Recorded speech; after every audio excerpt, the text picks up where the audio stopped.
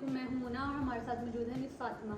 Miss Fatima, आपने हमें last video में मशवरा दिया था, जब एक सेलर अपना घर बेचकर उसको रेंट पर ख़रीदता है तो उसको ऐसा करना चाहिए या नहीं?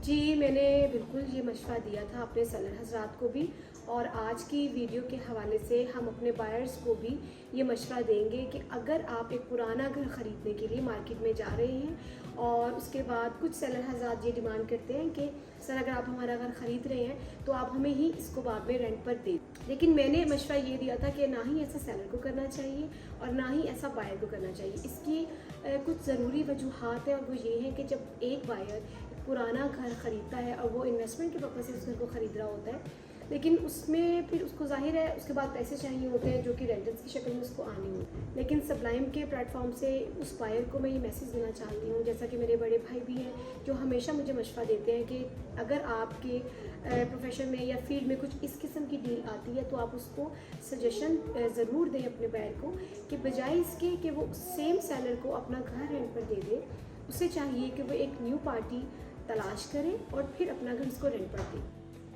अच्छा, इस सिनेरियो में थोड़ा सा कुछ इस तरीके से भी होता है कि सेलर थोड़ा सा शिफ्टिंग का पैसा बचा रहा होता है, और दूसरी साइड पे जो बायर हजरात होते हैं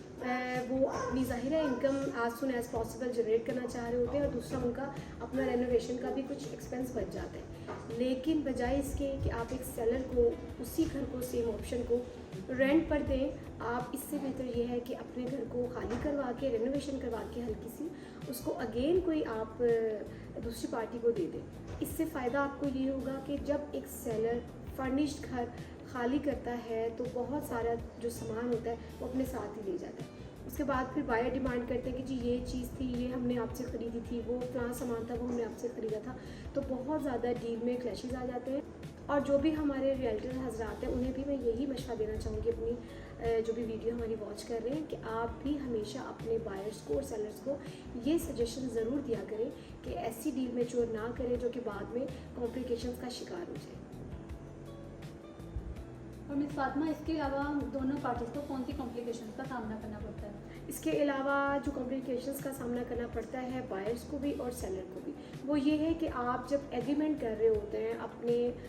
रेंटल एक एग्रीमेंट कर रहे होते हैं घर ख़रीदने के बाद और सेलर घर बेचने के बाद, तो उसमें मुकम्मल तौर पर वो क्लॉजेस नहीं लिखवाए जाते, वो क्लॉजेस ऐड नहीं करवाए जाते जिससे बाद के आने वाले लड़ाई झगड़े कम किए जा सकें। अगर आप एक फेयर डील चाहते हैं, या तो आप मुकम्मल तौर पर एक मीटिंग कर लें और उसमें जो चीज़ें भी आपने ख़रीदी हैं घर के साथ,